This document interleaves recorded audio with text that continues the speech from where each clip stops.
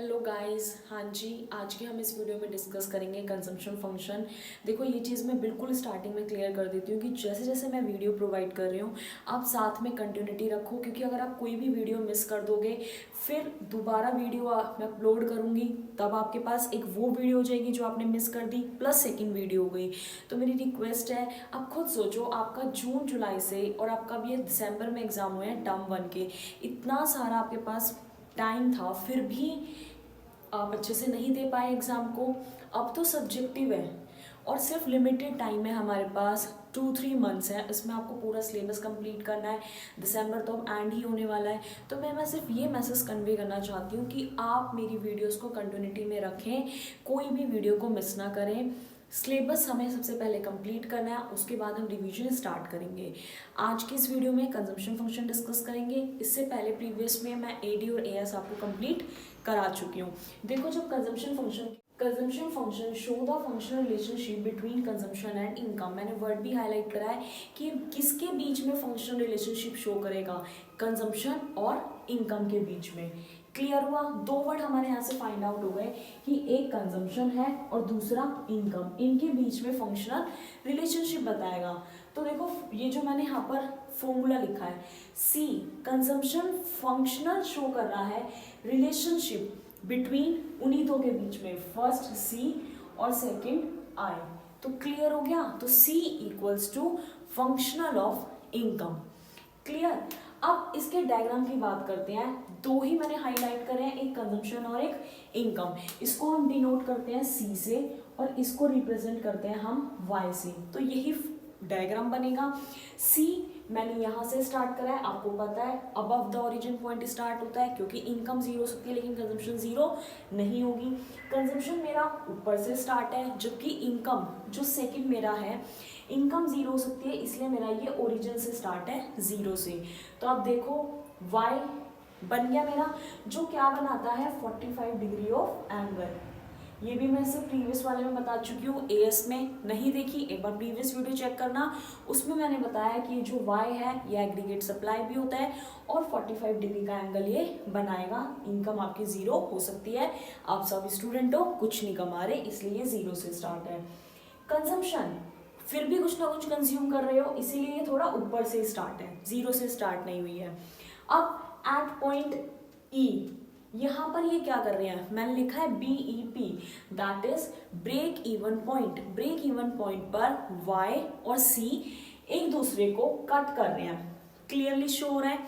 इस पॉइंट पर क्या हो रहा है, Y इक्वल्स टू C, आपकी इनकम कंजम्पशन के बराबर हो गई।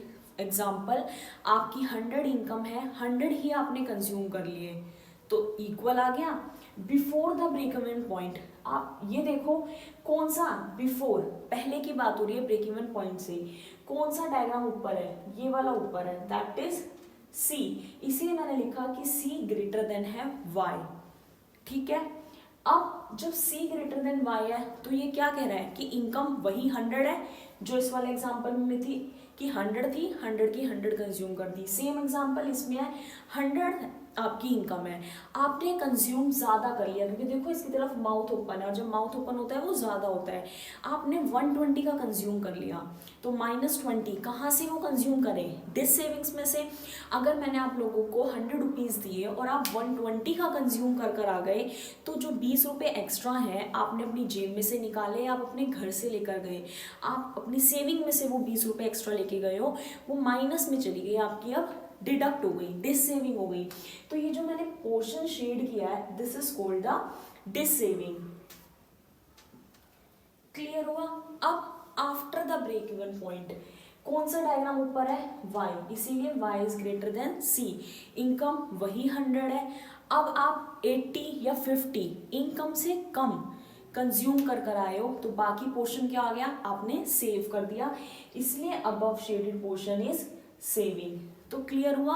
3 पॉइंट यहाँ पर हमारे फाइंड आउट हो गए। फर्स्ट, जब y इक्वल्स टू c है, कौन से पॉइंट पर, ब्रेक इवन पॉइंट पर।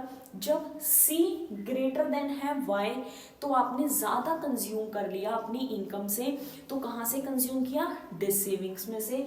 तीसरा case after the break even point, जब आपकी इनकम वही 100 है लेकिन आपकी कंजम्पशन इस बार कम है, लेस है, तो मतलब आपने जो बचा हुआ पोर्शन है वो क्या कर लिया, सेव कर लिया।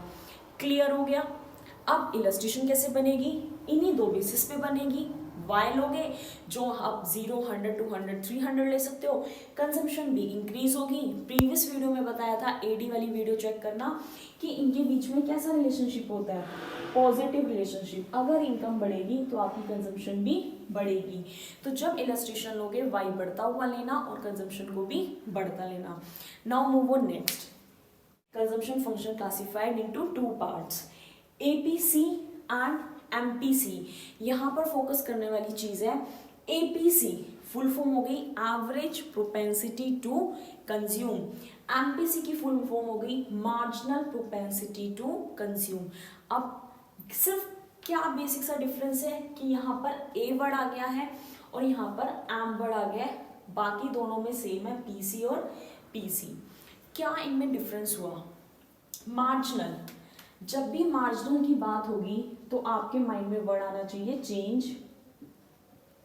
या फिर ऐड, जो आपको कन्वीनियंट लगे आप वो यूज कर सकते हो, कि आपकी इनकम में चेंज आ गया। सपोज आपकी 100 रुपीज इनकम थी, अब आपकी 200 हो गई या 500 हो गई, लेट अस सपोज। तो ये जो चेंज आया है, 100 थी 200 हो गई, तो ये जो 100 रुपये का चेंज आया है, 100 रुपये से ऐड हो गई, 100 रुपये और ऐड हो गए, इंक्रीमेंट हो गया 100 रुपये का, 100 रुपये से चेंज आ गया। जितना इंक्रीज हो जाएगी वो जो चेंज आ रहा है वो मार्जिनल में आपका कंसीडर होगा। अभी जितनी है, कितनी है, 100, चेंज की बात नहीं कर रही, 100 से 200 जब होगी, जो गैप आया वो मार्जिनल होगा। जब 100 ही है तो क्या होगा, एपीसी। क्लियर हुआ। फॉर्मूला क्या होगा, स्टार्टिंग में इन्हीं दो का खेल है हर जगह, सी और वाई। तो फॉर्मूले में भी क्या आएंगे, सी अपॉन में वाई। बताया एमपीसी, एम का मतलब चेंज, इसीलिए इसके आगे डेल्टा लग जाएगा और डेल्टा का मीनिंग में क्या होता है, चेंज। तो डेल्टा सी अपॉन में डेल्टा वाई, यहाँ पर आप बोल सकते हो चेंज इन सी अपॉन में चेंज इन वाई। अब मैं पूछूं ये सी और वाई ही क्यों लिया मैंने इस फॉर्मूले में भी और इस फॉर्मूले में भी, क्योंकि हमने कंजम्पशन फंक्शन में किसके बीच में रिलेशनशिप पढ़ा है, सी और वाई के, इसलिए फॉर्मूले में इन्हीं दो की बात की गई है। नाउ अब इसका डायग्राम कैसा होगा एपीसी का, नॉर्मल आप सी बनाओगे, जो ऊपर वाले डायग्राम में सी बना हुआ है मैंने वो ड्रॉ कर लिया है यहाँ पर। आपको पता है ये ओरिजिन से ऊपर स्टार्ट होगा, क्योंकि इनकम जीरो हो सकती है लेकिन आप खाना या कुछ भी चीज कंज्यूम करनी बंद नहीं करते। ये यहाँ से स्टार्ट हुआ। आप कोई भी एक पॉइंट इस पूरे सी कर्व पर अपनी मर्जी से कहीं भी पॉइंट ले लो, मैंने यहाँ पर ले लिया दैट इज ए पॉइंट। अब इस ए पॉइंट पर, ये ऑलरेडी प्रीवियस वीडियो में बता चुकी हूँ, यहाँ पर आप इनकम कंसीडर करते हो on the X axis, whereas on the Y axis आप क्या जो बना रहे हो, क्या बना रहे हो, कंजम्पशन कर्व, इसलिए सी मैंने वहां पर हाईलाइट कर दिया। नाउ ए पॉइंट, यहाँ कहीं पर भी आप यहाँ भी ले सकते हो, यहाँ भी कहीं पर भी आप एक पॉइंट ले लो, वो मैंने ले लिया पॉइंट और उसको नाम दे दिया ए। अब यहाँ से मैं इसको एक्स एक्सिस तक ले जाऊंगी जो मेरी इनकम पर जा रहा है, और जो मैंने वाई एक्सिस पर कंजम्पशन लिया है वहां तक ले गई। पॉइंट जो नया बना, यहाँ पर इनकम चल रही है तो मैंने न्यू नेम क्या दे दिया, y1, क्या नाम दे दिया, y1। इस वाले पॉइंट को मैंने नाम दे दिया एंड। इतना क्लियर हुआ।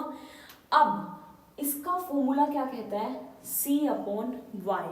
अब आप देखो y कितना है, 0 से स्टार्ट होगा क्योंकि इनकम 0 आपकी हो सकती है और यहीं से पॉइंट हमारा स्टार्ट है। तो 0 से जो ये y1 पोर्शन है ये क्या है आपका, ये इनकम ही तो शो कर रही है एपीसी में, 0 to y1, ये पूरा 0 to y1 ए पॉइंट पर ही लोगे, इसीलिए वहां तक ये क्या हो गई इनकम। कंजम्पशन कितनी है, 0 से आपकी एन तक, तो ओ एन बोल सकते हैं, ओ एन तक आपकी वो क्या है, पूरी कंजम्पशन है। यहां तक क्लियर हुआ। ये आ गई मेरी कंजम्पशन और इनकम। अब बात करते हैं इसकी इलस्ट्रेशन की। y और c दोनों यही पॉइंट आपको याद रखने हैं। y लिया, इनकम बढ़ेगी तो कंजम्पशन भी बढ़ेगी, वो भी मैंने बढ़ती हुई ले ली। अब एपीसी निकाल लोगे, c अपॉन y आपका ऐसे ये फाइंड आउट हो जाएगा। Now MPC, change in c upon change in y।